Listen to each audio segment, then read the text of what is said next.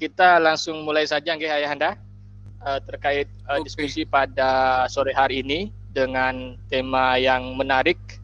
Saya pikir yang berkaitan dengan mutasi ideologi Muhammadiyah. Bismillahirrahmanirrahim. Assalamualaikum warahmatullahi wabarakatuh. Alhamdulillahirabbil alamin wassalatu wassalamu ala asrofil anbiya'i wal mursalin wa ala alihi wa ashabihi ajmain. Terima kasih kami sampaikan kepada Ayahanda yang sudah meluangkan waktunya untuk bersilaturahim intelektual dengan kader-kader senasional Ayahanda. Jadi ada dari berbagai daerah yang sudah gabung. Saya lihat tadi ada yang dari Palangkaraya juga. Dan menariknya di sini juga adalah kader-kader yang memang sudah punya background terkait terkait kemuhammadian itu sendiri, karena saya lihat tadi juga ada pimpinan komisariat yang juga sudah bergabung. Dan saya pikir juga materi ideologi ini menjadi porsi dasar yang paling utama yang harus ditanamkan kepada kader-kader. Terkait mutasi ideologi Muhammadiyah itu sendiri, saya pikir juga ini adalah zaman yang terus berubah. Dan kemudian banyak hal yang kemudian terdisrupsi ya, Apakah kemudian itu juga berpengaruh kira-kira ke ideologi Muhammadiyah? Untuk waktu dan tempat, kami persilakan kepada Ayahanda untuk menyampaikan materinya. Monggo Ayahanda. Terima kasih. Assalamualaikum warahmatullahi wabarakatuh. Waalaikumsalam warahmatullahi wabarakatuh. Alhamdulillah nahmaduhu wa nasta'inuhu wa nastaghfiruh wa na'udzubillahi min syururi anfusina wa min sayyiati a'malina may yahdihillahu fala mudhillalah wa may yudlil fala hadiyalah. Allahumma sholli wa sallim ala nabiyyina Muhammadin wa ala alihi wa sahbihi wa barik wa sallim ajma'in amma ba'd. Qala ta'ala fi Allahumma rabb sama'ina wa yataminka warzuqna wa anta khairur razikin. Al-ayah. Adik-adikku sekalian, para kader Ikatan Mahasiswa Muhammadiyah dimanapun berada, saya mohon maaf terlambat. Lupa tadi Mas. Sebenarnya tadi pagi sudah janjian. Ini saya lagi di mobil. Enggak bawa laptop, pakai HP ini. Tadi waduh, lupa saya. Iya, ini pandemi ini bikin kita sedih. Banyak kader-kader berguguran. Ini di kampung saya juga mulai mencekam ini.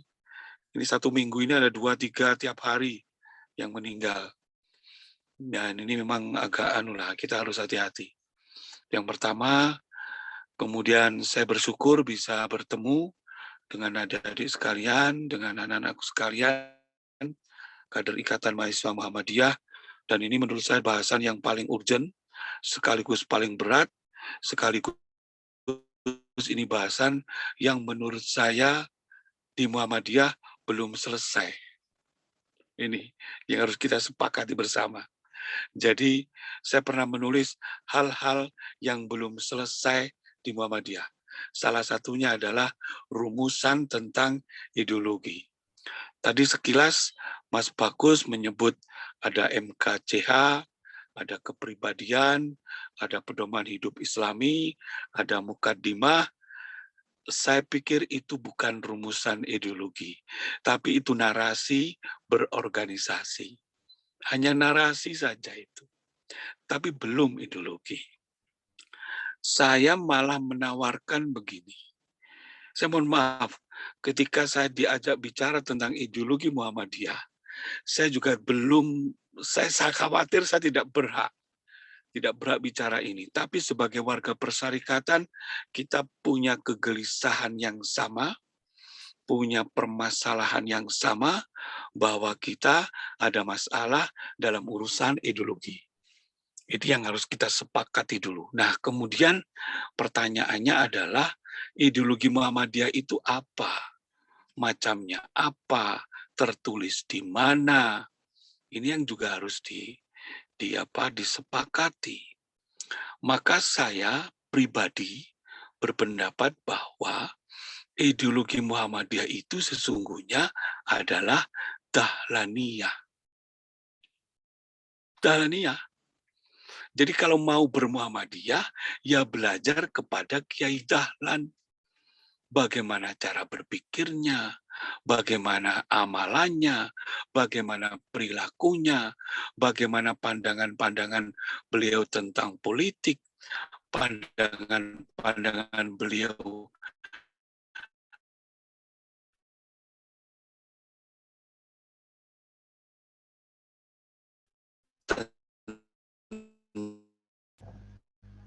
Terputus Ayahanda.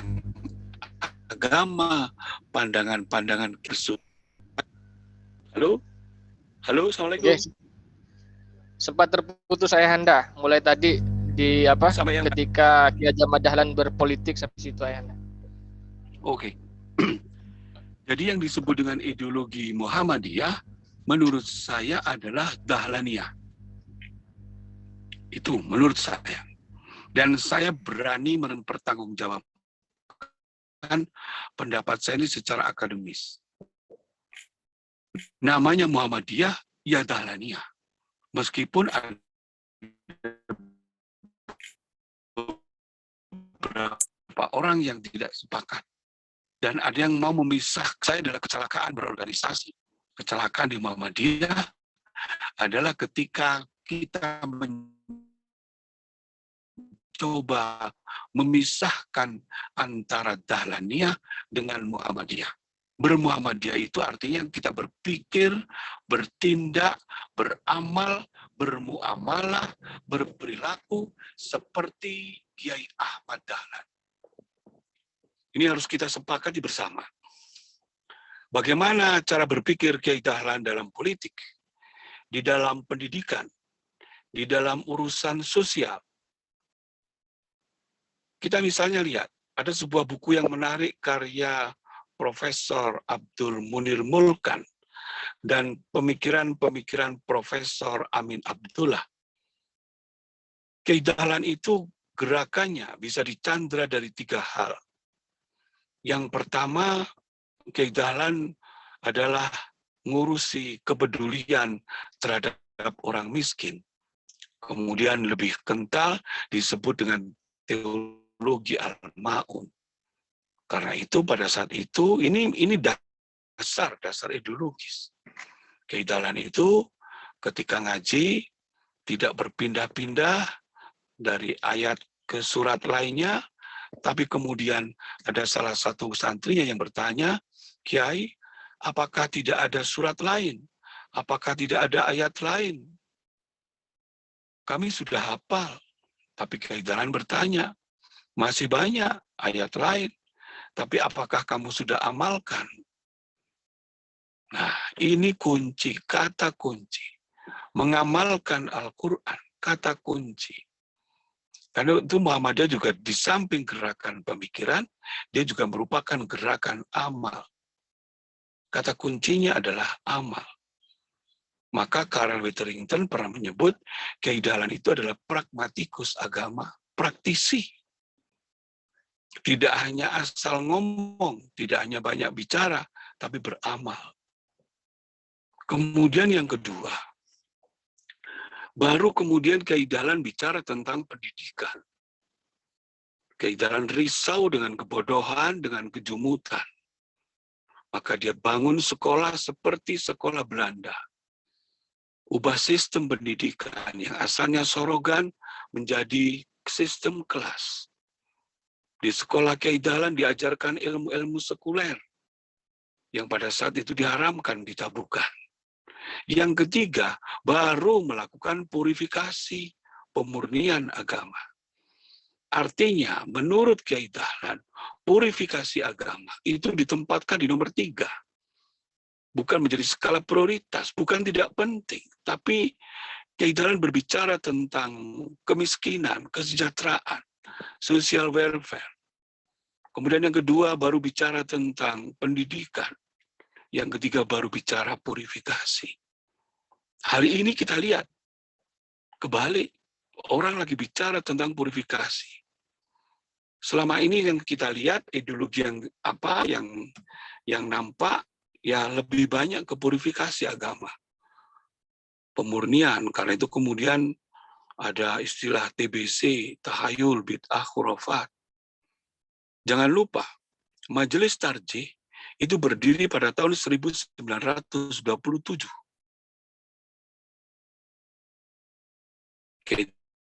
Jalan wafat tahun 2002. Kita tidak tahu kalau ada Majelis Tarjih. Nah, ini adalah sesuatu kembali. Kalau artinya kita bangun ideologi Muhammadiyah dengan kita gali pemikiran-pemikirannya, kita gali idenya, kita gali gagasan-gagasan Kiai Dahlan. Jangan lantas bilang kultus, tidak loh. Ini memang Muhammadiyah itu didirikan oleh Kiai Dahlan kok. Dahlan dengan pikirannya, dengan kemodernannya, dengan pikiran-pikiran segarnya, itu yang harus kita rawat. Nah, ini yang kemudian sekarang menjadi hilang. Saya malah sebetulnya sangat sedih di sebuah perguruan tinggi besar Muhammadiyah dengan organisasi sebesar Muhammadiyah. Tapi banyak loh kader-kader kita ini barangkali termasuk saya, termasuk adik-adik anak-anakku sekalian ini, tidak tahu dzurriyyah Kiai Dahlan itu siapa. Siapa gurunya Kiai Dahlan? Ketika beliau di Jogja, siapa guru-guru Kiai Dahlan? Ketika di Mekah, siapa guru-guru Kiai Dahlan? Ada sebuah majalah sangat menarik. Ini malah saya dapatkan dari teman-teman NU.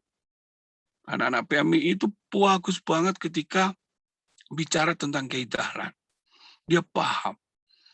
Dan dia bisa menyambungkan sanad Kiai Dahlan mulai dengan guru-gurunya, bahkan pernah bersilaturahim, pernah berguru dengan guru bapaknya Kiai Maimun Zubair, dengan Kiai Ahmad Hudori Tegalrejo, dengan Kiai Muhammad Dalhar di Pondok Pesantren Krapyak. Ada sebuah majalah yang terbit di Mekah yang diterbitkan oleh Kiai Dahlan yang bernama Mir'atul Muhammadiyah. Dan itu malah jarang kita dengar, jarang kita lihat. Nah, ini anak-anakku sekalian. Yang pertama, menurut saya adalah sebagai kader kita akan mestinya menggagas kembali, menggali kembali ide-ide gagasan Kiai Dahlan. Nah, ini yang pertama. Terus yang kedua, dinamika sekarang kan tidak seperti itu. Kita berubah cepat. Tadi ada diskusi yang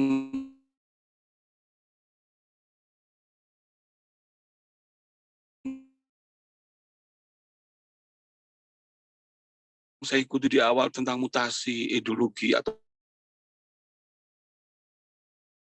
migrasi. Migrasi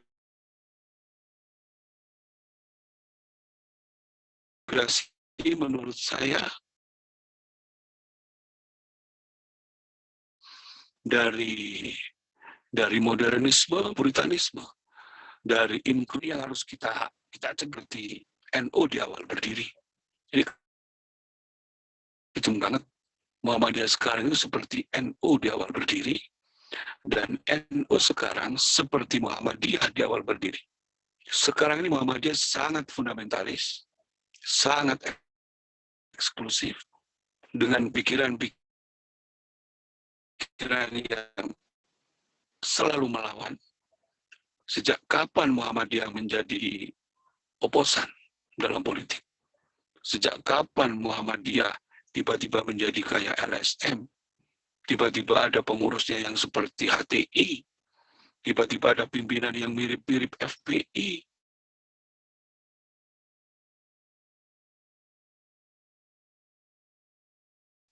Ada tiba-tiba pimpinan Mubalik Muhammadiyah yang tiba-tiba berpaham Salafi. Tahu apakah ini sebuah nilai positif atau justru sebuah nilai negatif yang kemudian menjauhkan Muhammadiyah itu dari pikiran-pikiran besar Kiai Dahlan.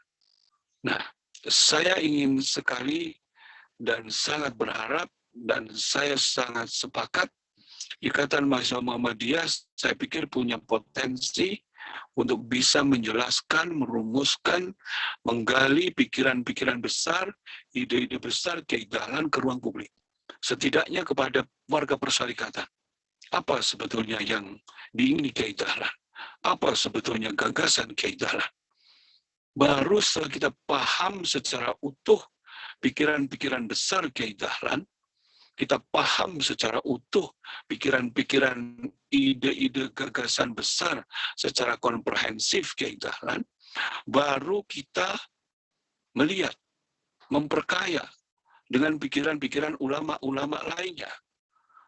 Kita perkaya dengan pikiran-pikiran Buya Hamka, kita perkaya dengan pikiran-pikiran Buya Yunahar, kita perkaya dengan pikiran-pikiran Kiai Haji Yazid, Kiai Ibrahim. Tapi setelah kita paham dengan pikiran Kiai Dahlan, setelah itu baru kita telan, baru kita kunyah apa itu pikiran-pikiran Pak Amin Rais, Buya Syafi'i, Pak Haidar. Tapi setelah kita paham dulu pikiran besar Kiai Dahlan, lah kita ini kadang-kadang mau pikiran Kiai Dahlan aja nggak ngerti, nggak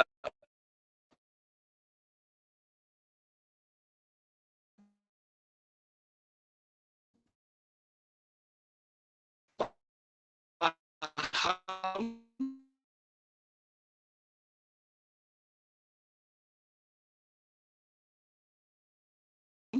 Kemudian Muhammadiyah SKD. Ada teman di grup itu bilang, Muhammadiyah SKD apa SKD? Muhammadiyah Direktur 4, UMM, pendiri. Yang Jodel Sono muridnya Kiai Muhammad Fakhruddin. Kiai Muhammad Fakhruddin muridnya Kiai Haji HR Hazid. Kiai Haji HR Hazid muridnya Kiai Dahlan. Artinya saya dengan sombong mengatakan, saya belajar guru-guru ke Muhammadiyah yang juga menurut saya tidak ngerti tentang Muhammadiyah.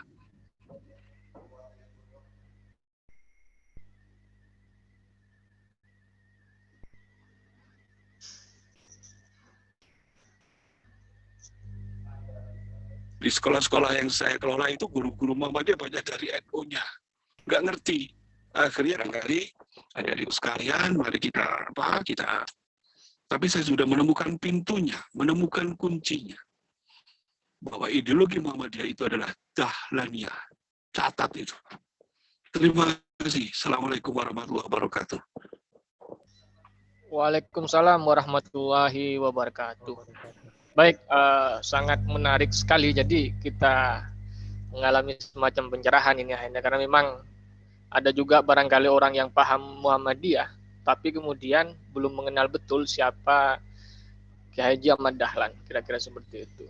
Dan juga yang menarik dari Kiai Haji Ahmad Dahlan ini, beliau salah satunya dapat membaca tanda-tanda zaman ya kala itu. Barangkali kenapa kemudian harus lahir panti asuhan dan sebagainya, karena waktu itu barangkali kemiskinan sangat sangat merajalela saat itu, barangkali seperti itu. Dan barangkali ini juga menjadi kritik hari ini, Ayahanda. Barangkali Muhammadiyah punya semacam kritik untuk kondisi hari ini. Kenapa sih Muhammadiyah di tengah kemajuan zaman ilmu pengetahuan yang sudah luar biasa ini, justru Muhammadiyah menjadi sebagian terkecil lah. Bahkan kemudian menurut Ayahanda sendiri tadi, justru kita seolah-olah semangatnya adalah semangat ke-NU-an pas awal berdirinya. Kenapa sih hal itu bisa terjadi di tengah-tengah Muhammadiyah, Ayahanda? Ya, pertama, ya karena kita nggak paham dengan pikiran besar Kiai Dahlan. Nggak paham. Tidak mau belajar, dan kita jujur, Kiai Dahlan itu kan memang tidak meninggalkan tulisan, tidak meninggalkan karya ilmiah. Jadi misalnya, kita ini mengenal Kiai Dahlan lewat apa? Lewat mimi, misalnya. Bayangkan, yang kita tahu misalnya hidup-hidupilah Muhammadiyah, jangan hidup di Muhammadiyah, kan ya itu. Ucapan-ucapan keindahan itu kan hanya sepotong-sepotong, dan itu pun kita pahami dengan sepotong-sepotong. Kalau kita mau mengenal orang NU misalnya, aswaja, itu ideologi NU itu disebut dengan aswaja. Nah sekarang saya tanya, ideologi Muhammadiyah itu disebut apa? Udah punya nama belum? Ada yang bisa sebutkan? Ada yang bisa sebutkan? Nama ideologi Muhammadiyah itu apa? Nggak ada. Ironis nggak? Ironis banget. Ironis banget. NU tanya ideologinya apa? Aswaja, titik. Ahli sunnah wal jamaah itu ideologi NU jelas. Jelas sebut aswaja. Aswaja itu siapa? NU. Muhammadiyah itu aswaja bukan? Bukan. Itu kata orang NU, selesai. Kata orang NU, Muhammadiyah itu masuk neraka, bukan aswaja. Selesai. Oh, itu jelas, tegas, dan itu menjadi doktrin. Namanya ideologi itu harus didoktrinkan, diindoktrinasi. Nah, kalau ideologi tidak diindoktrinasi, namanya bukan ideologi, masih berupa ide. Kemuhammadian itu bukan ideologi, tapi ide, wacana, gagasan. Karena itu bisa berubah-ubah sesuai yang menulis. Benar nggak ini? Tergantung siapa yang nyetak. Tapi ini aswaja itu sudah komplit, jelas, ditafidkan dalam muktamar NU. Oh, itu tegas banget. Nah, kita enggak ada. Makanya saya bilang, saya usulkan aja, apa nama ideologi Muhammadiyah? Saya bilang, Dahlaniyah. Kecuali nanti ada nama baru yang lebih bagus, konsep yang lebih tegas, monggo. Tapi hari ini sebelum ideologi Muhammadiyah dirumuskan, ditemukan, dan belum diberi nama, saya akan katakan bahwa ideologi Muhammadiyah itu adalah Dahlaniyah. Itu yang pertama. Terus yang kedua, dari situ kan kemudian karena kita tidak punya ideologi yang jelas, tidak punya nama, tidak punya konsep, akhirnya kan masing-masing orang itu kan merumuskan sendiri, memahami sendiri, punya ideologi sendiri. Sama-sama Muhammadiyah, tapi ideologinya beda. Yang satu sangat keras, yang satu sangat moderat, yang satunya lagi ke kanan, yang satunya lagi ke kiri. Secara ideologi kita ini lemah. Muhammadiyah itu besar karena hanya di amal usaha. Amal usaha kita besar, belum ada yang menandingi. Di dunia ini tidak ada organisasi sebesar Muhammadiyah dalam urusan amal usaha. Tidak ada organisasi yang punya universitas sebesar Muhammadiyah. Tidak banyak gerakan yang punya seperti rumah sakitnya Muhammadiyah. Bahkan hari ini itu, ya memang Muhammadiyah itu ditakdirkan untuk menolong negara. Saya pikir itu, ini filantropinya. Ketika dulu masa penjajahan, negara masih belum punya uang untuk bikin sekolah, Muhammadiyah sudah mendirikan sekolah. Sampai tahun 90-an, Muhammadiyah sekolah-sekolahnya berjaya, banyak murid, ya karena memang negara belum sempat, belum punya uang, belum punya dana untuk bangun sekolah. Nah, itu Muhammadiyah hadir. Nah, sekarang Muhammadiyah malah tidak bersaing dengan swasta lain pendidikannya, tapi malah bersaing dengan negara, karena negara sudah mampu. Nah, ini gerakan kelas sekarang ini, rumah sakit kita malah memberikan banyak pinjaman, banyak utangan kepada negara. Karena negara memang tidak mampu. Muhammadiyah ditakdirkan hadir untuk membantu negara. Nah, ini yang barangkali perlu kita angkat kembali, kita gali kembali, agar kemuhammadian kita semakin mantap, jelas, penting jelas. Saya seringkali bertanya, bukan hanya kepada adik-adik, kepada anak-anak, kepada para pimpinan, saya tanya, apa ideologi Muhammadiyah? Rumuskanlah satu paragraf saja, apa dia? Nggak ada. Kebanyakan menyebut Mukadimah, menyebut MKCH, Itu narasi berorganisasi, narasi cara bermuhammadiyah. Tapi ideologi kita apa? Tidak ada. Maka saya tawarkan hari ini, ideologi Muhammadiyah adalah Dahlaniyah. Ais. Berani saya bilang itu, Dahlaniyah. Oke, terima kasih.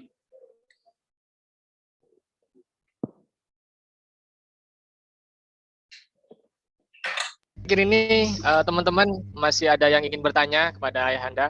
Kami buka, mohon izin ya Ayahanda, kami buka 2 penanya dari Imawan dan Imawati yang ingin bertanya. Monggo kami persilahkan 2 penanya, nggih. Oke, Mas Ahmad Setia. Terus ada satu lagi siapa? Monggo.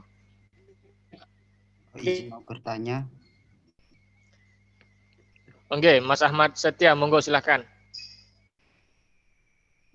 Ya, mohon izin Ayahanda.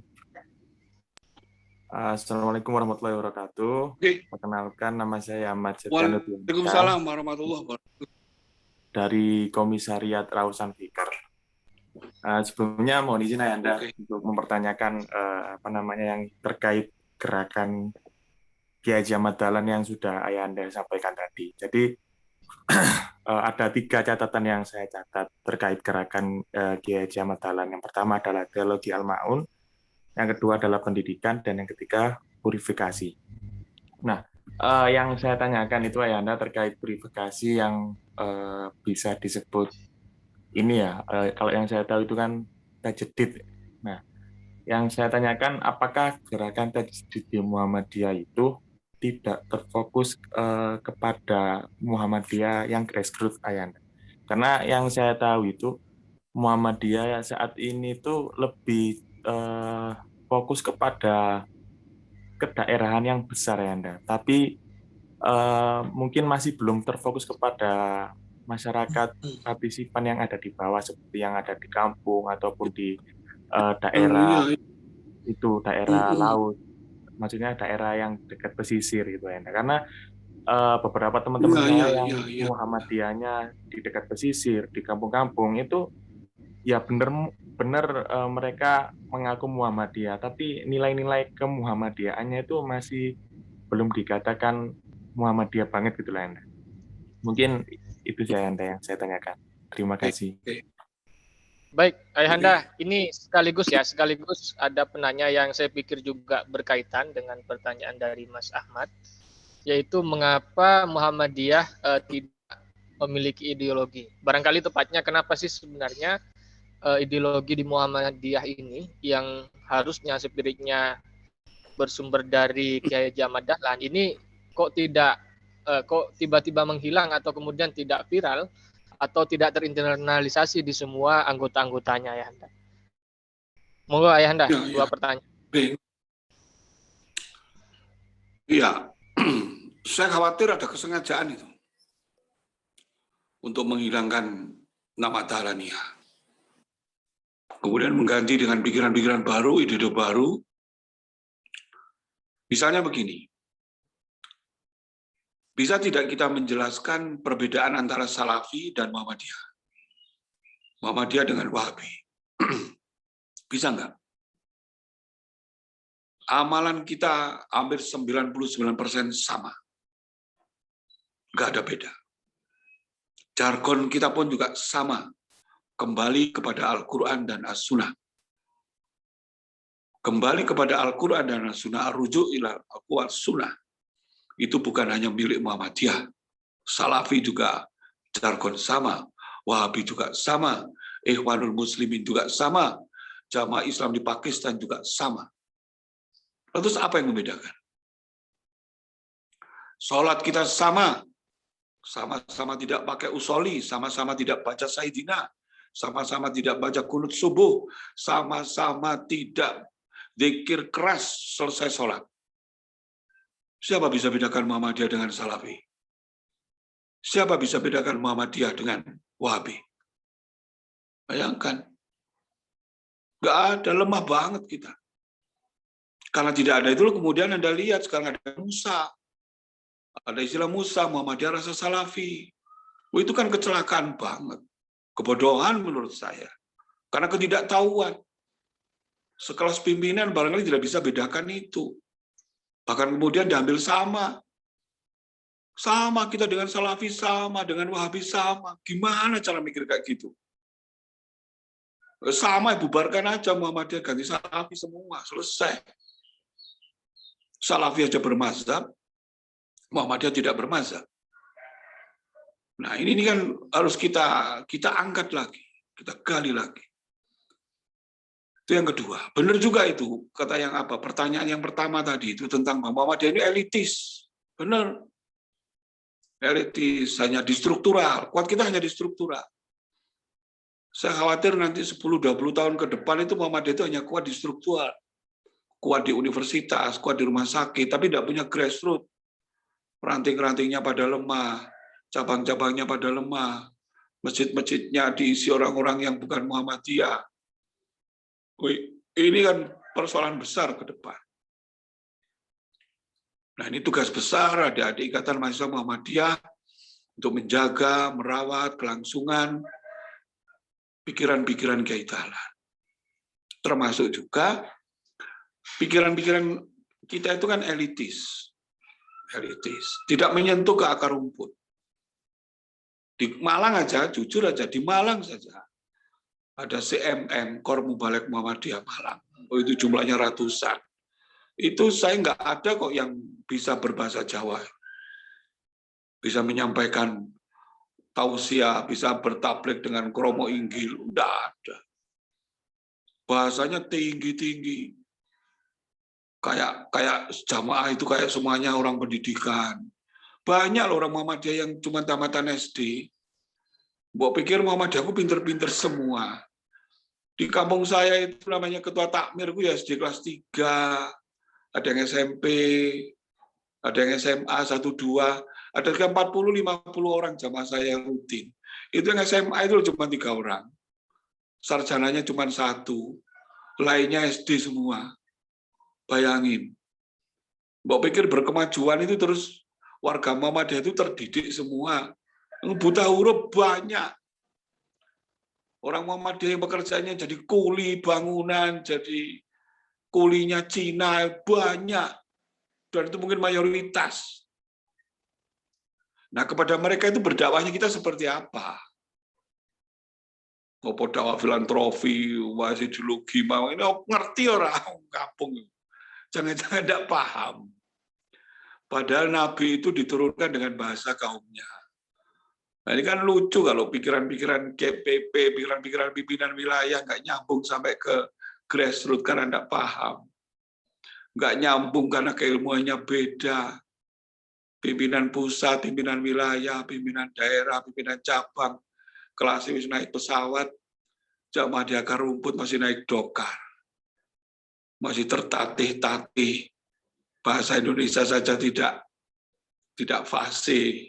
Nah, ini kan gimana itu benar ya gitu. Maka saya berharap besar kepada Ikatan Mahasiswa Muhammadiyah bisa membuat sebuah pembaruan, membuat tajdid, perubahan itu.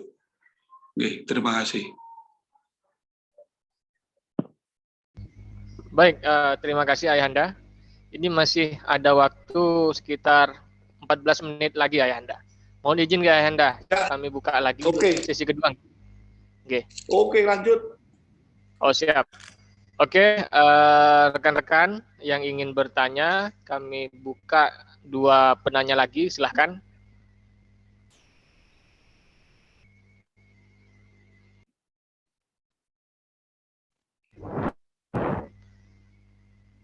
Monggo langsung disampaikan, Mas Zahin.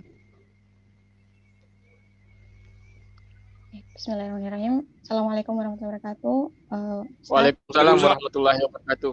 Oh ya, Imawati ternyata. Iya. Mohon maaf. Menarik sekali yang disampaikan oleh Ustadz tentang ideologi Muhammadiyah ini, dahlannya seperti itu. Intinya kita sebagai orang Muhammadiyah itu kan harus mengenal siapa pendirinya dan lain sebagainya gitu. Tetapi yang saya pahami juga di Muhammadiyah itu kan kita tidak diajarkan untuk bersifat fanatisme gitu, Ustadz. Apalagi terhadap tokoh-tokoh kita sendiri, tokoh-tokoh Muhammadiyah ataupun ya siapapun gitu, kita tidak diajarkan untuk fanatisme gitu. Nah kemudian ketika dengan usulan Ustadz tadi, bahwasanya kita harus mendalami Yahya Jamal Dahlan lebih dalam dan lain sebagainya. Terus gimana supaya ada batasan tidak sampai ke ranah fanatisme gitu, Ustadz. Seperti itu. Terima kasih. Ya.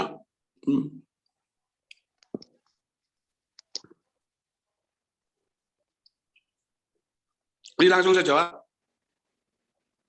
Halo? Mas Roni? Oh, nggih monggo Ayahanda. Nah, itu sering jadi alibi itu. Kita ini kan tidak fanatik. Kalau belajar ke jalan takut fanatik, takut kultus. Karena takut fanatik, takut kultus, akhirnya nggak mau belajar kan?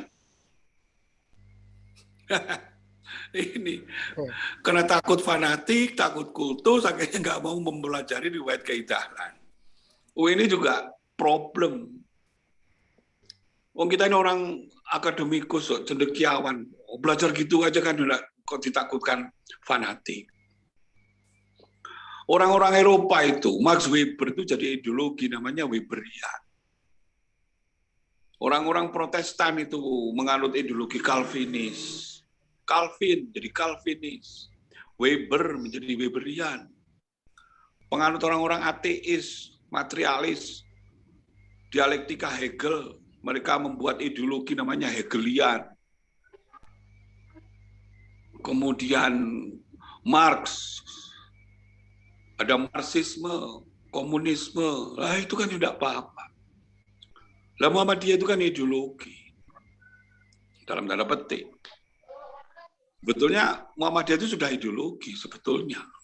Sebetulnya sudah ideologi. Nah, menurut saya tapi kemudian diterjemahkan, di-breakdown lagi menjadi itu lebih eksklusif, lebih sakral menurut saya. Dan saya belajar Kiai Dahlan bukan saya mengkultus, tapi untuk memahami, untuk mengenalnya, untuk berdialog. Pikiran-pikiran kita berdialog dengan Kiai Dahlan. Nah, sayang sekali banyak orang takut. Belajar Kiai Dahlan takut kultus. Tapi kemudian kita belajar kepada ulama lain, tidak takut kultus, saya kan ironis. Ketika belajar Kiai Dahlan takut kultus. Kemudian belajar kepada Syekh Albani, kok tidak kultus. Anak-anak Salafi itu, bilang Albani itu kayak Nabi. Jadi kitab karya Syekh Albani itu namanya Sifat Sholat Nabi. Itu seperti Al-Quran. Dan itu yang kemudian dijejalkan ke Muhammadiyah. Ulama-ulama Salafi itu pakai kitab Sifat Sholat Nabi, kemudian Wahabi mencekoki kita dengan kitab Risalah Tauhid. Wahabi itu kemudian jadi buku suci dan dijejalkan di Muhammadiyah, kita nggak sadar. Nah, ini yang harusnya menurut saya mempelajari Kiai Dahlan itu bukan berarti kultus, bukan berarti fanatik. Ya, kita pelajari dulu lah. Adik-adik sudah belajar belum? Sudah belajar kok mengingat Kiai Dahlan belum? Belum ya? Belum kok sudah takut kultus. Belum lah, saya jujur aja belum. Saya tahu belum. Oh, jangankan belajar. Buku ini Kiai Dahlan orang roh, Pak. Kita itu belajar dulu Kiai Dahlan, pelajari. Saya ingin IMM jadi pelopor yang merumuskan ideologi Muhammadiyah. Kemarin saya sempat diskusi lama dengan Mas Solihin. Dengan Warek 3, di Direktur Pasca Sarjana UMS ya. Mas Solihin. Itu. Solihin Huda, Mas, saya lupa. Itu, kita bicara tentang itu. Menarik kalau kita bicara tentang ideologi Muhammadiyah. Mas Bagus, dirumuskan Mas Bagus. Dirumuskan. Ideologi Muhammadiyah versi IMM. Biar nanti ada ideologi Muhammadiyah versi pemuda. Ideologi Muhammadiyah versi Aisyah. Nanti kita adu bareng-bareng. Kita rumuskan, kita kristalisasi. Nah, saya pribadi nanti di Padang Maksar, saya akan bikin pusat studi pemikiran Kiai Haji Ahmad Dahlan. Ya, berani dok saya. Berani dok. Nah, nanti saya akan gali pikiran-pikiran Kiai Dahlan. Jangan-jangan yang disampaikan Kiai Marzuki Mustamar benar loh. Fikih Kiai Dahlan itu. Jadi tarawih Kiai Dahlan itu memang masih 23 rakaat. Karena saat itu masih belum ada tarjih. Sejak kapan Muhammadiyah sholat 11 rakaat? Ya setelah ada majelis tarjih. Itu kan riwayatnya begitu. Sebelum ada majelis tarjih, ya sholat kita 23 rakaat. Ayo, ngono ya apa ya? Harus jawab. Gak bisa jawab apa ya? Aku yang guyu kok. Gak bisa jawab. Majelis tarjih gak bisa jawab itu. Setelah dicek buku kitab asli, asli. Itu. Terima kasih.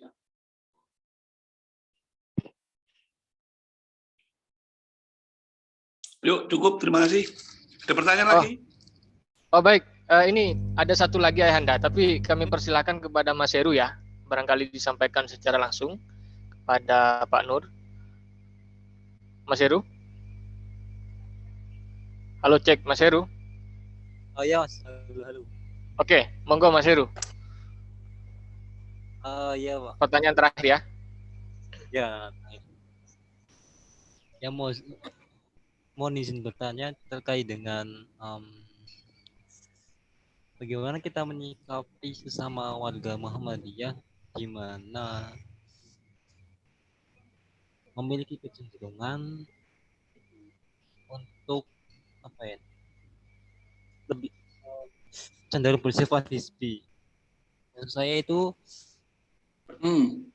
bagian ada yang condong ke seperti Islam Puritan, terus ada yang lain Islam liberal, lainnya lagi juga Islam Nusantara dan sebagainya. Ya, dari saya sekian, mohon pencerahannya. Baik, monggo Ayahanda. Nggih. Jawaban saya jangan disikapi. Biar aja berdiaspora. Dan IMM menurut saya punya karakter sendiri yang berbeda dengan ortom lain. Jadi IMM itu menurut saya lebih terbuka, lebih inklusif, dengan pikiran-pikiran yang terbarukan. Itu IMM. Dan ciri itu yang harus kita pertahankan. Dan itu kan, mohon maaf, kecenderungan IMM itu kan juga seringkali dimusuhi loh, oleh ortom lain. Tidak diterima, karena memang kita beda, tidak apa-apa. Dan menurut saya, IMM ini justru yang mewakili pikiran nakal Kiai Dahlan. Kiai Dahlan itu nakal banget loh. Kiai Dahlan itu nakal pikirannya loh, nakal sekali. Bayangkan. Baca buku di Proseding, UMS, tentang Muhammadiyah di abad 20. Itu ada kisah. Waktu itu Kiai Dahlan ngajar di Stovia. Stovia, milik Belanda. Ada muridnya yang bernama Sugarto Purbokoaco. Dia kemudian menjadi pendiri UII, rektor pertama UI, seorang pedagog, pendidik. Waktu itu dia bertanya, Kiai, boleh tidak sholat ini saya ganti dengan bacaan yang saya mengerti? Ayo, coba jawaban Kiai Dahlan. Boleh, bayangin itu. Kiai Dahlan itu ketika ditanya, boleh tidak saya sholat dengan bacaan yang saya mengerti? Sholat diganti dengan bahasa Jawa, sholat diganti dengan bahasa Indonesia. Jawaban Kiai Dahlan, boleh. Saya ikut kafir-kafir loh. Waktu itu belum lagi. Tahun 1918-20. Kiai Dahlan itu kalau nggak mau ngajar, itu sudah mengendarai Harley Davidson. Entry tahun 1912 Kiai gawe Harley. Wah, Dahlan nakal. Saat itu juga dia kan bersahabat dengan Soekarno. Soekarno itu santri ngintilnya Kiai Dahlan. Pada tahun 1920, Soekarno itu mau menikah dengan salah satu putrinya Haji Umar Said Cokroaminoto di Gang Paneleh, Surabaya. Penghulunya lari pulang. Dia bilang apa? Ini akad nikah tidak sah. Kenapa tidak sah? Karena pengantinnya pakai celana, pakai sepatu, pakai planton. Itu kayak pengantin gereja saja coba. Saat itu hanya pakai celana saja, itu sudah dia wes lucu, orang pengantin pakai celana, pakai sepatu, saat itu sudah Kristen banget, Eropa banget. Nah itu kan pikiran jalan itu begitu. Banyak sama tadi bilang Mas Roni, Muhammadiyah itu ya Kiai Dahlan itu Kiai Waskito yang bisa membaca tanda-tanda zaman. Karena Gus Dur kemudian bilang kemenangan Muhammadiyah atas NU adalah kemenangan dialektik. Apa itu kemenangan dialektik?